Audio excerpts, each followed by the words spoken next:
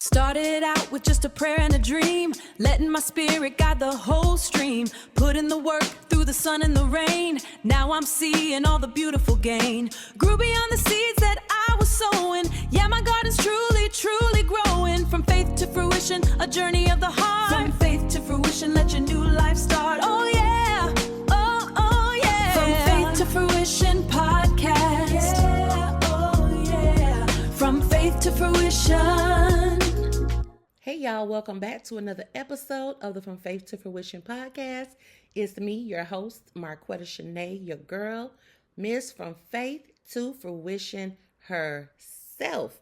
And listen, this week we're going to be talking about emotionally unavailable people. That may be others, and if we are honest with ourselves, that may be us. Listen, I always say I can talk about me better than I can talk about anyone else. Now, I've encountered both sides of it, right? I've encountered emotionally unavailable men, emotionally unavailable women in friendships, and I've also been that as well.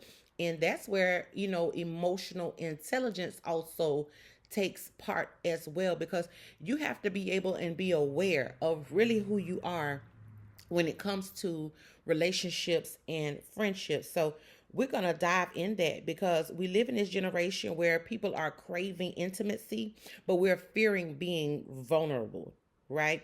We're looking at where everybody says they want love, they want support, they want loyalty, they want understanding, but some people struggle to give that same type of emotional structure to others. So we're going to be digging into that on today, because what I paid attention to, like I said, I'm on, y'all know I'm on this healing journey. If you've been listening, y'all know. And so I'm always like, God, show me me. And what I've noticed is that with emotional unavailability, it's not always this boisterous thing, right? It can be very toxic, but it looks like inconsistency, avoidance, when somebody communicates just enough, right, to keep you around, but it's not a true and genuine connection. They just want the access to you, but they're not building enough, I'll say sweat equity, right, to make you feel safe. It's avoiding those difficult conversations. People struggle with vulnerability. They are shut down emotionally. That has been me, y'all. I was shut down emotionally. Oh my gosh. They have fear of commitment, tend to disappear when things get too deep, or they only show affection when it is convenient. That's one of the things, like I said, I have paid attention to, I have honed in on for myself and in relationships and friendships with others. Like, I don't know what's going on in society, y'all. Listen, but there has been this major increase, and people are just like surviving emotionally. And that's what I've noticed about myself. I'm surviving emotionally instead of healing emotionally. So that's why I'm like, okay, God, show me me. Show me the entry points. How did this get here? Why do I think this way? So I can begin to process those things and move forward in a healed and whole way, so that I can be my best self in relationships, not just romantically, but in friendships as well. Like, I know for myself, I've normalized detaching. Y'all, I'm really good at detaching. Oh my gosh, y'all. Hyper independence, avoidant behavior. And I've noticed, like, even emotional numbness. Like, I've just grasped, excuse me, y'all, on and held on to this thought process where I call it the light switch. People who know me, they know I say when that light switch go off, that's it. There's no turning it back on. Can't nobody come turn the electricity back on, baby. No, the light switch is off, it's off. And I'm starting to become more aware of when I see that the light switch is in the middle, right? So typically we know light switch is up, down. But I've been paying attention to where I see, all right, my light switch is over here in the middle. So let me kind of hone in on what's going on, what has brought me to this midpoint to where I'm about to turn this light switch off. And I know some of us, we look at it and we're like, okay, social media, right? Because there's a lot of things going on social media, a lot of relationship content. Hey, I'm even doing relationship content, right?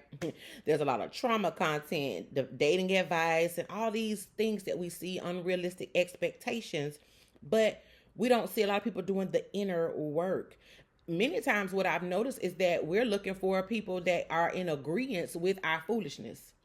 And if we can get somebody in agreement with our foolishness, then I don't have to do the work, right? Because they see it how I see it. And we tend to ask advice for that reason. Some of us don't really want the change. We just want somebody to come into agreement and tell us that what we're actually feeling is accurate, right? And I'm one of those ones, I tell my friends all the time, like, listen, I don't really do the advice, right? I prefer to, all right, let me pray on it. Let me see what the Lord's saying. And I know that for some people they're like, girl, just tell them what you think or whatever. But I've done that over the years, but that is not always accurate. What I think and what you should actually be doing may not be in alignment, right?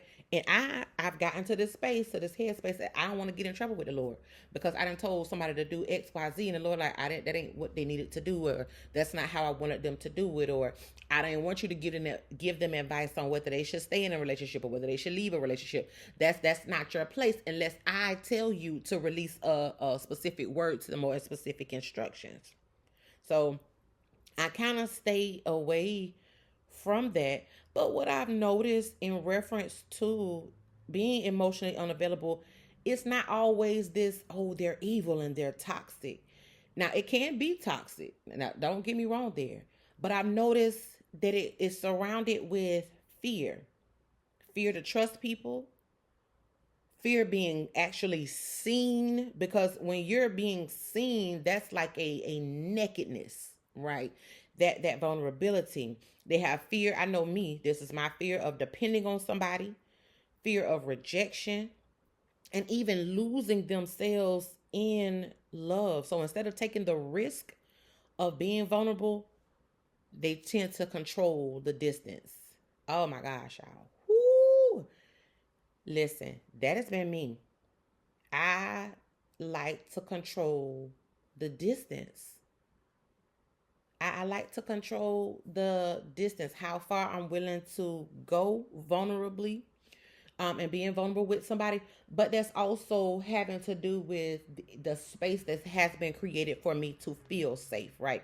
I pay close attention to how people talk about others or how people deal with others. So in return, even though you're not necessarily talking about me that way or showing me those things in our friendship towards me, I still pay close attention to those things of how you do somebody else that you say is a friend, or how you do somebody else that you used to date, or whatever the case. I pay attention to those things. And those things kind of help to gauge me as well. Like, all right, well, if you talking about so-and-so like this to me, because I'm your homegirl now, if I'm not your homegirl, then would you do the same to me? If you talked about this person like this, you know what I'm saying, your ex like this, or whatever the case may be, but I'm not your ex right now. If I become your ex, is that how you gonna do me? You know what I'm saying? So I kind of pay attention to those things, and honestly, I allow those things to kind of gauge my interactions. And I think many of us do that. We do that. And I think in my case, I've mastered survival so well that intimacy feels unsafe in some instances.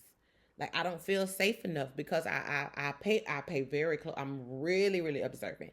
I pay very close attention to nuance and how people think and how people talk.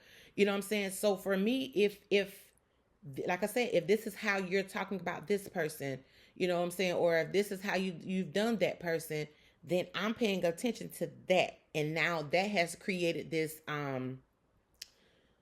barrier where I'm not going to be as vulnerable with you because, hey, I've seen you tell XYZ business. You told it to me, you know what I'm saying? Or I've seen how you've done so and so and so around me. And so it makes me shut down in a way.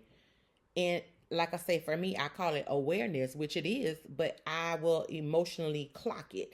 And I will make like, okay, notation. So I know how to move.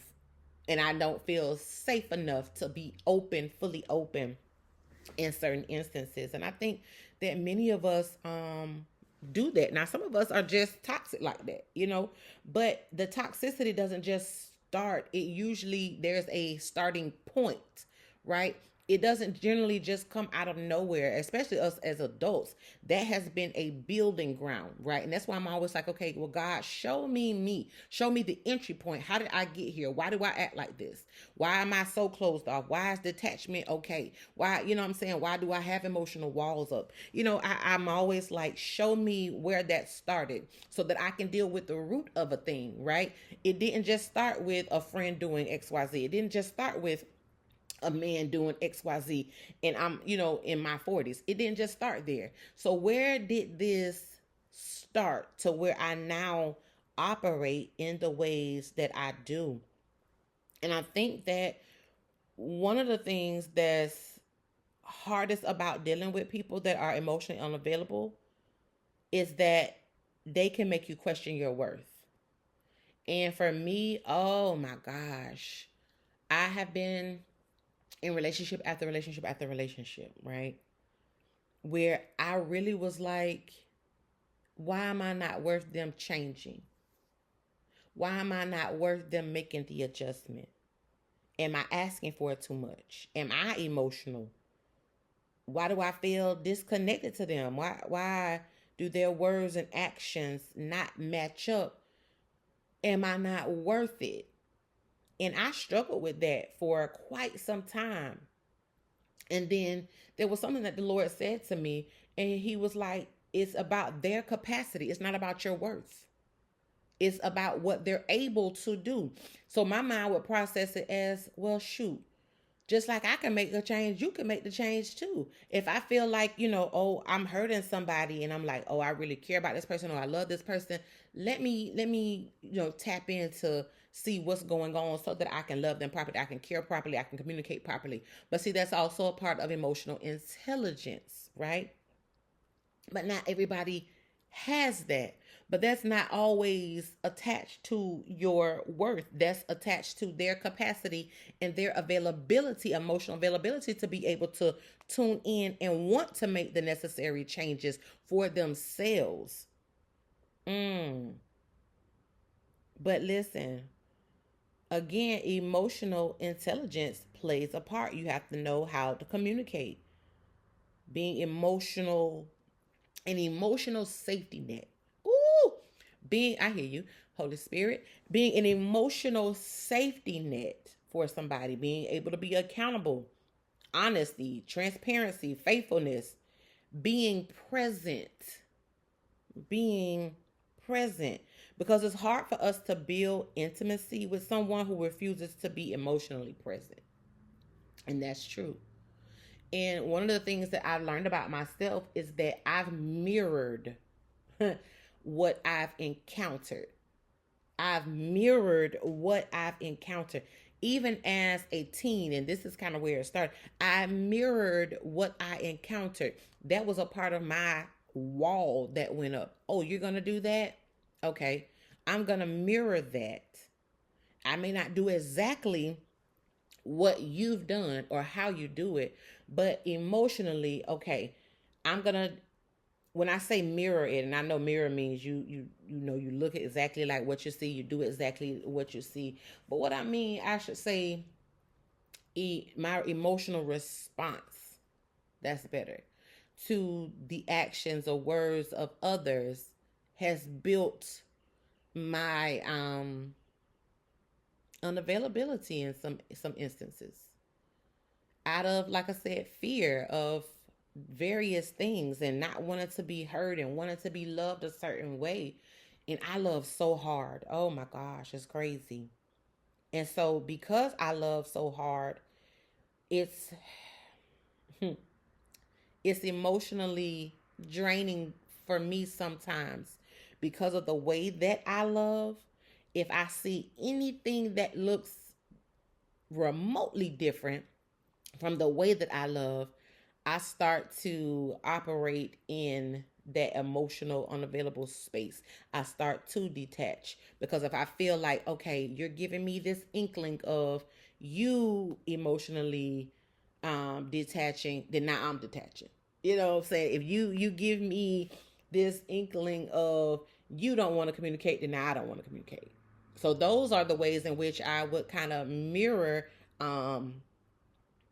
mirror relationships and things of that nature. But like I say, we have to do the self-reflecting portion of it. We have to do the real deep down healing work. Oh my God. Especially after heartbreak, y'all. Especially after heartbreak. Because pain really does change us. Oh my gosh. Pain really does change us. Sometimes disappointment makes us very guarded. And that's what I was talking about. I'll throw that wall up quick. And something that the Lord told me in reference to expectations and stuff, because expectations in people lead to disappointment. And I remember the Lord telling me, I can't remember the scripture right now, but he gave me scripture in reference to this. But he was like, you only should have expectation in me because I won't disappoint you. And I was like, whoa, my God. You should only have this, expectation in me because I won't disappoint you. And that shifted something in me.